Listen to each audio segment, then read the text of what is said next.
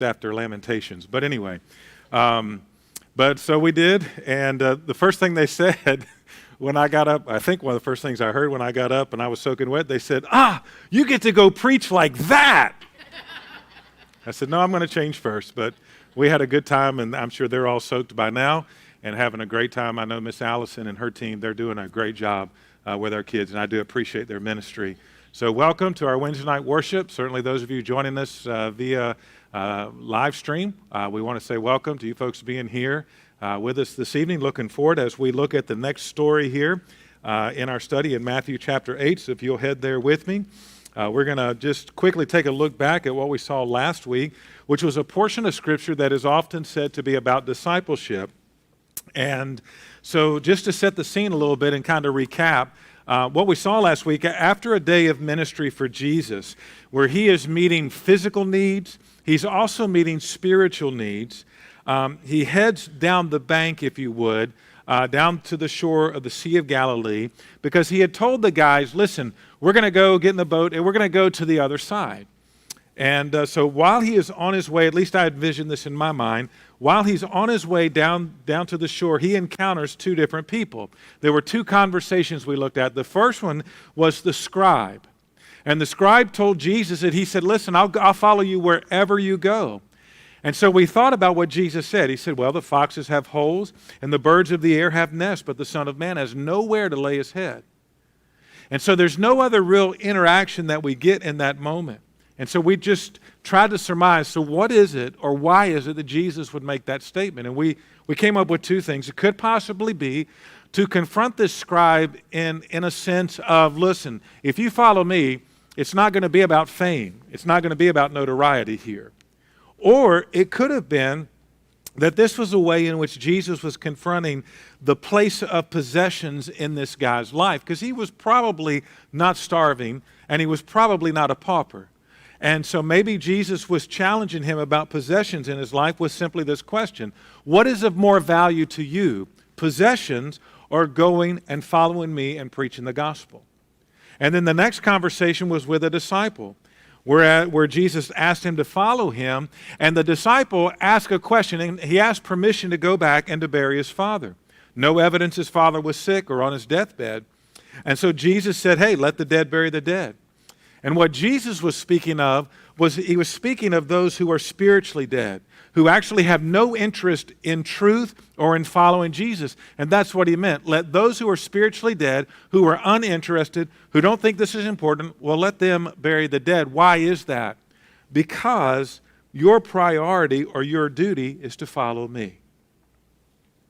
And so when we wrapped that up last week and we said, okay, how is this about discipleship? And so I don't know how much you may think or not think about things or questions that I ask you, but we discovered in that there's two things about discipleship. One that we knew, but something else that we're learning about afresh and anew. We know that discipleship is about learning truth, and that's very much a core of our discipleship ministry here. It's about a 2-year program where we want to give you some core doctrinal truth. We want to give you some practical Christianity insight, and then we want to walk you through the Bible so that you can see that it's not a collection of story, but it's really one story. But the other side of that we learn from that is that it's about following Jesus in spite of the costs that may come. Remember the story with Moses. At the burning bush, he surrendered. But that surrender was going to be tested, right? This was something that was going to need to be true of him moment by moment, day by day. So tonight, we pick up with the next verse, verse 23. And so we're going to take a boat ride across the Sea of Galilee to the country or to the area of the Gadarenes. And so let's read about this little trip. By the way, I wanted to say thank you for Phil and Megan leading worship tonight. Thank you guys very much for doing that. And also, Phil, thanks for leading the prayer time for me as well. Verse 23, and when he was entered into a ship, his disciples followed him, and behold, there arose a great tempest in the sea, insomuch that the ship was covered with the waves, but he was asleep. And his disciples came to him and awoke him, saying, Lord, save us, we perish. And he saith unto them, why are you so fearful? O ye of little faith. And then he arose, rebuked the winds and the sea, and there was a great calm. But the men marveled, saying, "What manner of man is this, that even the winds and the sea obey him?" So it seems like really at almost every step that they take, no matter what the situation or the circumstances, Jesus is always capturing the moment to teach them, sometimes to stretch them. But what was the purpose? To make them fishers of men. So discipleship isn't just learning about truth, but it's also learning about surrender to follow the Lord even when it's not convenient. So as I always do, let's consider some observations here. At a first read of these few verses here, let me ask you a question. Would you get in the boat? Now, if you're experienced, probably not a second thought. You're going to jump right in. If you're not real experienced, or maybe you think you might be prone to being seasick, you might stand there and think about that for a moment. I'm not sure what I would have done. I'll have a boat story for you in a moment. Did they understand what the other side meant? In other words, did they recognize the area they were going to? Did they understand that? And then I got to thinking, I wonder what was going through the minds of the guys in the boat who were experienced fishermen when they were working so hard in the midst of this storm, and while they're working, they'd look over and see Jesus is asleep. I wonder what went through their mind. Now, I can answer the next question. What was going through the minds of the guys who weren't experienced fishermen? Where's the bucket? Probably. And why is Jesus still asleep? You know, those guys, no doubt, it was a whole different issue in their mind going on. And then I got to thinking about this. How long were these guys fighting this storm before they actually cried out to the Lord, "Lord, save us, we perish"? And then in that moment when Jesus said, "O ye of little faith," it's when you want to kind of take a picture to kind of see how each disciple was processing that statement of Jesus. And then, of course, the moment the wind ceased, the sea calmed. Probably just like that, you could have heard a pin drop, maybe in the boat. So verse 23, Jesus says, let's get into the boat. So Johnny, if you have that picture, I showed this to you last week, but again, sometimes visual aids are just good. You'll notice that that is considered to be some of the ruins of Peter's house, but if you'll notice on the right side of that is the Sea of Galilee. And wherever Jesus was doing his ministry that day, I imagine the conversation with the scribe and disciple happened somewhere between Peter's house and in that area, and then they made their way to the Sea of Galilee where there was a boat waiting for them. And so Matthew tells us that as they arrive at the shoreline, that Jesus gets in the boat and the disciples with him. Here's an interesting question. How many of the disciples are with him right now? Now, I did some work on this, and I don't know that I have a solid answer, because finding the chronology of these things sometimes is interesting. But as I read a little bit, there's a lot of guys who believe that there's 13 men in the boat, 12 disciples and Jesus. So let's just go with that for a moment. And I'm just being honest. I'm not exactly certain, but let's just go with that for a moment. You got 12 disciples and Jesus in the boat. But now we've got something else in this that unless you read each account, you may not know. They're not the only ones. In the book of Mark, chapter 4, verse 35 and 36, we find that there's also some other ships that are with them. Now that makes it a little bit more interesting. For example, were those little ships near them when they were in the storm? Did they also witness the sudden calming of the wind and the seas? And basically, because I don't know the answer, I wonder if that's a part of the things that we learn that could be written about Jesus that weren't written about Jesus. But if they were written about Jesus, there's just not enough room to contain all the things that could be said about him. But I imagine in my mind, as they're crossing, these ships are probably staying pretty close or in sight. And I mentioned last week, I thought Jesus was so exhausted when he sat down in the boat, he fell asleep. Actually, I did find in Mark's account, when I was looking, that actually it says that Jesus fell asleep as they were sailing out. So I wanted to make sure we corrected that. Verse 24, here comes the storm. It says, and there arose a great tempest in the sea. Now look at this description. Insomuch that the ship was covered with waves, but he was asleep. And that just makes, I feel like that's almost like comedy. Great storm, ship's covered in waves, Jesus is asleep. Now, how would you be responding if you were in the boat?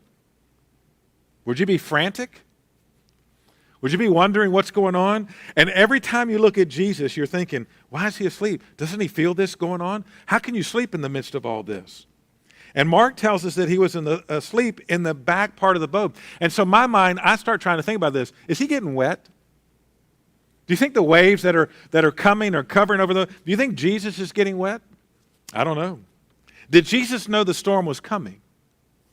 Do you think there was if he did know, do you think there was a purpose that was attached to this storm? Because basically, as you read this story, it certainly seems that this storm was coming as a test of faith of the disciples. But to do what? I think it was simply to expand their understanding of who Jesus truly is. And so you think about, okay, applying this, what does this look like? When you look at all of the events that in the life of these disciples, and you know what Jesus is doing, and you know what his purpose is, I think we have to stop and ask ourselves, is the same purpose attached to the storms that come in our life? In other words, is it to expand our understanding of who Jesus is? And when those storms come, do you find that they test your faith? Absolutely they do. But do you also find that they're expanding who Jesus is to you? Now, this great tempest. Now, some of these guys were fishermen, and they had been in the boat, and they were experienced. But the way in which this is written, as I understand it, this storm was something that no one in the boat, even the fishermen, had ever encountered. And you think, why is that? Well, it would actually have to be, in order for Jesus truly to accomplish his goal here, it would have to be something that they had not encountered, in order for them to understand that this storm was not something that they could overcome in their own strength.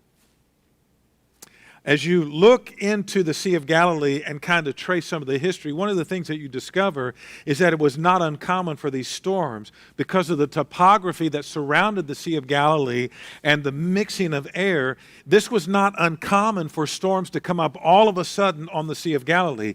And so these fishermen, these guys would have been somewhat used to that, but for some reason, this one was more than they had anticipated or could have anticipated. Now, I thought as I read about and just look at what different people say about passages, I thought Warren Wiersbe had quite a unique perspective that really ties into what we've been studying. He said, when you look at this, understand that the storm came because they obeyed the Lord. Not because, like in Jonah's life, the storm came because he disobeyed the Lord. These guys are right where they're supposed to be. Even though Matthew tells us the ship was covered with waves. Luke tells us that they were filled with water and were in jeopardy. Mark says that the waves beat into the ship so that it was now full. And yet they're in this storm because they obeyed the Lord. Now, I don't know how you look at this, but personally in my mind, that's not a good thing. I don't know if I've been deep sea fishing 5 times in my life. And 3 out of those 5, I came back sick as all get out. One of those times standing on the dock, and if I was hearing this conversation today, I would not be on that boat. They were talking about the weather report once you got past the Oregon Inlet Bridge, and they were talking about 5 to 7 foot waves or seas or whatever that is. Well, that didn't seem very much to me. I'm 6 foot. I'm thinking, that's not a lot. Yeah, it is. It was more than I bargained for. And we got out there in the middle of we're like 50 miles offshore fishing for tuna. And I'm thinking to myself, I don't really care about tuna. And I remember thinking, where is the life jacket at on this boat? And then I thought about, I wonder if he has a flare gun. And then I got to thinking, I wonder if the captain's radioed in our position just in case something happens. And I to be honest with you, I think that was the last time I went, and that was a long, long time ago. That was not fun. But see, when I read this story and I think about that day, now listen, we didn't have waves coming into the boat. It was just this all day. I mean, it was no fun. I mean, that was the worst $300 I ever spent in my life because that was just absolutely no fun. But in this story, you got waves covering the boat. You got waves breaking in on the boat. You have this picture that it's starting to take on water. And I thought to myself, how could I show you what this looks like? So I found another picture. Johnny, can you throw this one up? I don't know if this is what it looks like, but I can tell you that's not a good thing.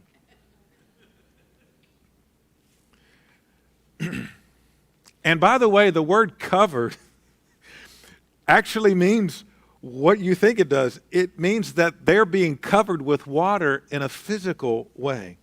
And again, let's go back to it. All of this is happening, and Jesus is asleep. Now, on that day, on that boat, out in those seas that I was on, one of the guys was down sleeping. I was doing everything I could not to feed the fish. And he was just snug as a bug in a rug down on the sofa, and he slept through a lot of it, and he had the audacity when he came out to even say he was tired. So anyway, and if he's watching, he may call the church and say he doesn't remember that story very well. All I can tell you is that's what I remember, and I'm sticking to my story. But what you see here, these crashing waves, the boat rocking up and down, Jesus still asleep. See, we know Jesus in his humanity, he was tired. But think of it this way. Even in the midst of what that looked like or what that was in that day, Jesus is right where his Father wanted him to be. He knew that. He knew it was not his time yet, so he slept. So verse 25, makes sense, doesn't it? Jesus, wake up. So his disciples come to him and they awake him saying, Lord, save us, we perish. Now this is a tense moment. You can read in each account. In Mark he says, Master, do you not care that we're going to die? And then in Luke he says, Master, Master, we perish. Now, I said earlier, I don't know how long that they had travailed in this storm. How long did they fight it? And I can imagine as they're fighting it, maybe they're thinking this wave will wake him up. I don't know. Maybe this noise will wake him up. Maybe this water will stir him a little bit. And maybe they're getting a little angry and scared at the same time. And it makes sense that in their fear they would wake him up. It does make sense to me. But isn't it a hard question? Master, do you not care for us? That's a hard question, I think.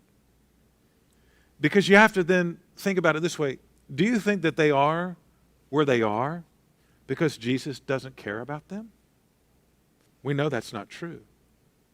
Something else, as I was reading some of Warren Wiersbe's thoughts on this, he made this statement. He said, faith must be tested before it can be trusted. And as I think about that, I'm thinking, there's a lot of truth to that, because it's one thing to learn a new spiritual truth, but it's a whole nother thing to practice that truth in everyday life. And then it hit me what he said. Look at it. Jesus gave them a clue. When he told them back in verse 18 that he commanded them to do what? To depart to the other side. I mean, they didn't necessarily trust in what he said, or maybe they didn't catch what he said. Wait a minute. We can't perish out here. Jesus said we're going to the other side. So they say it's been said of faith, faith is not believing in spite of circumstances. It is obeying in spite of feelings and consequences. That is what faith is. So the disciples, when they looked around, they saw danger. When they looked within, they saw fear. The one place that they did not look immediately was to the Lord by faith. And so one of the things you've probably learned as a believer is that fear and faith, they don't go together. They're going to be in conflict. And so going back to what Warren Wiersbe said, knowing that faith must be tested before it can be trusted. I want to give these guys a little prop, because if you read any commentaries on this story, most people wear them out. But I can't throw a stone at them. And so I just wanted to give them a little bit of credit for something that I do see them doing. All right, so some of these guys are seasoned on the water. Some of these guys, maybe they've never been on the boat before. we all know that they've not been in this kind of a storm. And even as they're trying to bring the boat round, as maybe they're bailing water, let's at least give them credit for where they did run. They did go to Jesus. Not everybody does that. Now, maybe you might say there's a captive audience, but again, they still went to Jesus. And so I think if their faith is small, then running to Jesus, certainly the right move. If their faith is growing, running to Jesus, still the right move. If their faith is big, running to Jesus is still the right move. So Jesus wakes up, and in verse 26, he asks this question: "Why are ye fearful, O ye of little faith?" And then in Matthew's account, he arose, he rebuked the winds and the sea, and there was a great calm. In Matthew, he asked the question, how is it that you have no faith?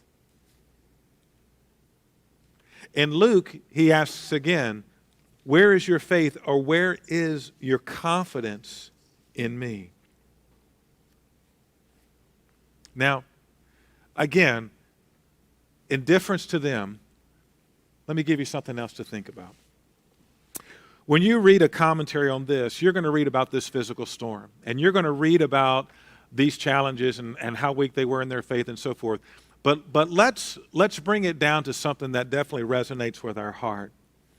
While a lot of emphasis can be placed on the physical storm of the sea, don't forget about the inward storm in each man's heart as they wrestled with that circumstance. That's very real, folks. Everybody in this room has those kinds of storms in their life. And while their faith in Jesus has grown in relation to what they had already seen, the miracles that they had seen, the teaching that he had done, all that they had seen, this was another step, because in this circumstance, their faith was now going to include even the most dire and difficult circumstances of life. And so what they did not know, but we can look back in history and see, that was going to be very, very important based on what they were going to be facing as they continue to follow Jesus throughout their life. I came across another writer, David Guzik, and I thought he also had a really cool observation. And the real key statement I thought was right at the end, but let me set it up for you. He says they actually had many reasons to have faith. They even had reasons to have great faith. They had just seen Jesus do significant miracles showing great power and authority. True. They had seen an example of great faith with the centurion who trusted Jesus to heal his servant. True. And they had Jesus with them in the boat, and they saw Jesus asleep. But then this is the statement that caught my attention. His peace should have given them their peace. I thought, wow. And again, conviction. Conviction. God is in control of the drama of our life. Verse 27. So Jesus speaks to the wind and to the sea. Isn't that something? That's just an amazing thought to think, that Jesus stands up, tells the wind to stop, tells the water to stop, and everything. Can you imagine how quiet that moment might have been?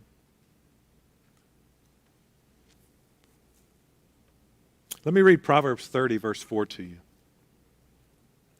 Who hath ascended up into heaven, or descended?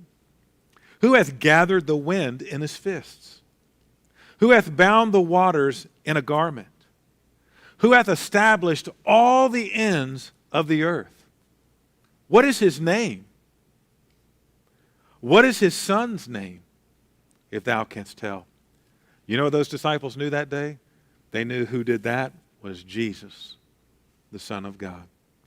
They had seen Jesus heal the sick, deliver people from their demon possession. But this moment further awed them as they heard and saw him speak to the wind and to the water, and they both obeyed. So they've gotten to see the humanity of Christ, but now they are bearing witness to even more of the deity of who he is, truly the God-man. Now, to set the stage for this next part, think about it this way. Jesus just calmed everything down. The Bible doesn't record that he says anything else.